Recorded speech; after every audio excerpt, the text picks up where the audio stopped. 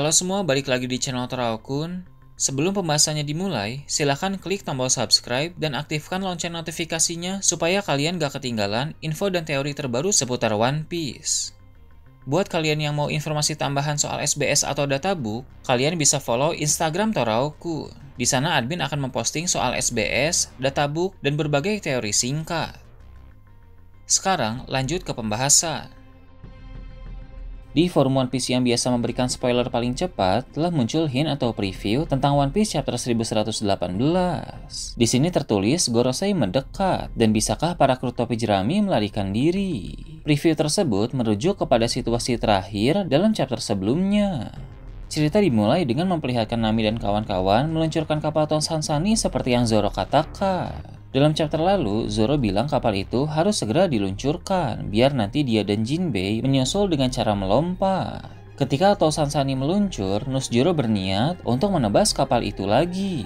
Untung saja, Zoro dan Jinbei tidak membiarkan hal itu terjadi. Mereka berdua menggagalkan aksi dari sang Gorosei. Namun, akibatnya Zoro dan Jinbei tidak bisa langsung melompat untuk menyusul teman-temannya, karena Nusjuro menghalangi jalan mereka. Maka, tidak ada pilihan lain selain bertarung habis-habisan. Zoro dan Jinbei bisa merasakan aura aneh dan mengerikan dari Nusjuro. Aura aneh itu adalah indikasi bahwa Nusjuro dan Gorosei lainnya sebenarnya bukan makhluk yang berasal dari dunia ini. Mereka adalah makhluk dari dimensi yang berbeda. Saat menghadapi Nusjuro, Zoro paham bahwa kekuatan sang musuh itu benar-benar berada pada tingkatan yang tinggi. Jadi, Zoro langsung serius sejak awal, tidak ada alasan untuk menahan diri. Dia langsung menggunakan 3 pedang sekaligus dan melancarkan beberapa teknik tebasan. Tapi semuanya bisa dihalau oleh Nusjuro. Jinbei yang ada di sana juga tidak tinggal diam. Dia memakai beberapa teknik karate dan jujutsu manusia ikan. Namun, Nusjuro sangat kuat dan gesit, sehingga semua serangan Jinbei mampu dia atasi. Bahkan, Nusjuro bisa melancarkan serangan-serangan balasan yang membuat Zoro dan Jinbei kewalahan. Zoro pun segera memasuki mode King of Hell seperti saat dia bertarung melawan Ki. Ketiga pedang Zoro dialiri dengan Hoshoku Haki. Menghadapi Zoro yang menggunakan King of Hell akan membuat Nusjuro mengakui bahwa Zoro terbilang kuat. Tapi menurut Nusjuro, kekuatan tersebut masih belum cukup. Perkataan Nusjuro menandakan dia sangat percaya diri bisa menang dari mereka berdua. Di sisi lain, perkataan itu juga menstimulasi Zoro untuk bertarung dengan lebih baik dan mencoba melampaui batasannya. Saat dalam mode King of Hell, Zoro juga menggunakan teknik Ashura, sehingga kombinasi kedua teknik terkuat Zoro ini membuat Nusjuro cukup terkejut.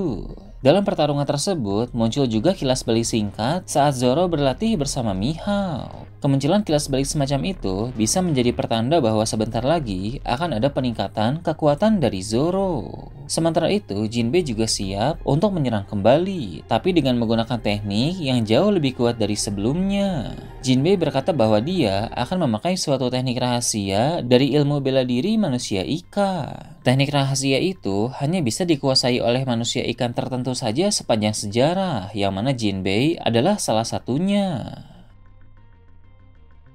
Kemudian akan diperlihatkan kapal Sansani telah mencapai lautan. Namun, seperti yang diketahui dalam chapter lalu, area tempat di mana mereka akan mendarat dipenuhi oleh kapal-kapal angkatan laut. Sebab mereka meluncur ke sebelah kapal bajak laut Giant Warrior.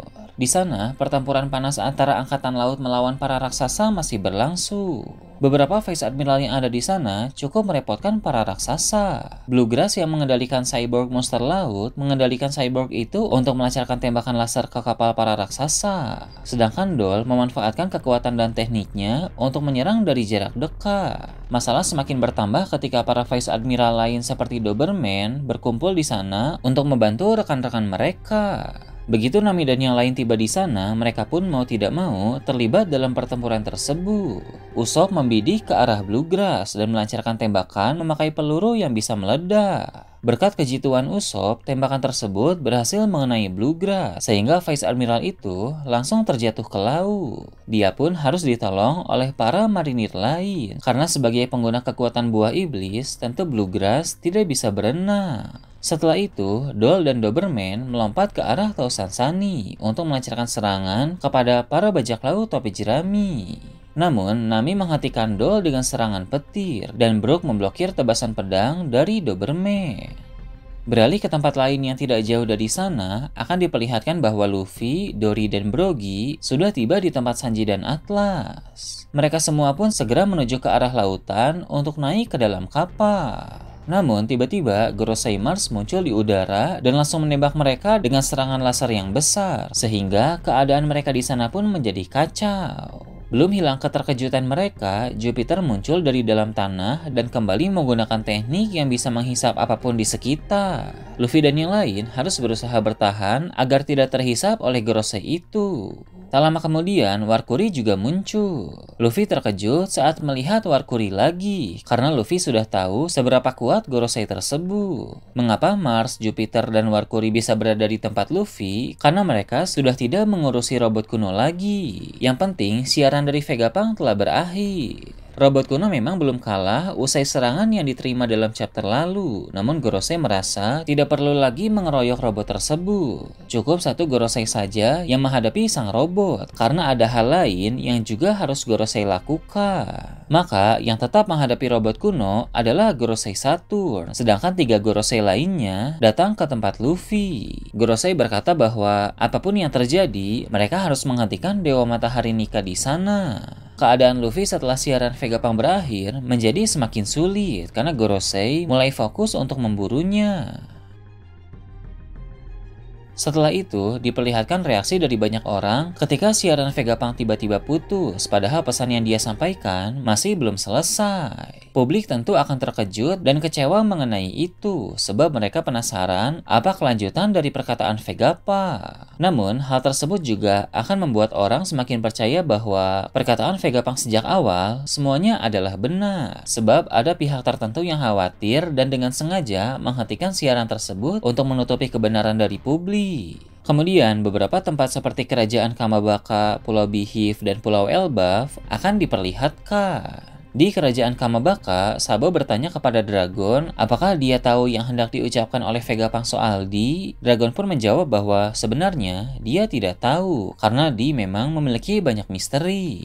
Tapi Dragon sepertinya punya dugaan terkait apa yang hendak Vegapunk sampaikan. Di Pulau Beehive, Kurohige penasaran dengan perkataan Vegapunk yang terputus. Kurohige telah dikonfirmasi sebagai orang yang suka meneliti sejarah, sehingga dia pasti tertarik untuk mengetahui lebih banyak mengenai pesan yang ingin disampaikan oleh Vegapunk. Namun, meski siaran sudah berakhir sebelum selesai, Kurohige berkata bahwa suatu saat nanti dia pasti akan mengetahui seluruh kebenaran dan rahasia Di Pulau Elbaf, Jaguar di Saul hanya tersenyum walau siaran Vegapunk putus di tengah jalan. Sebab Saul sudah tahu lebih dulu akan apa yang hendak Vegapunk ucapkan itu, karena dia mempelajari kebenaran tentang sejarah. Semua literatur penting yang ada di Ohara telah dipindahkan ke Pulau Elbaf, sehingga semua hal yang Vegapunk katakan dalam siarannya ada di perpustakaan Saul yang berada di Pulau Elbaf. Nah, itu tadi berbagai hal menarik pada chapter 1118. Gimana menurut kalian? Silahkan tulis di kolom komentar di bawah. Oke, segitu aja untuk pembahasan kali ini. Jangan lupa like, share, dan subscribe untuk video menarik selanjutnya. Gue Toraokun, Shambles.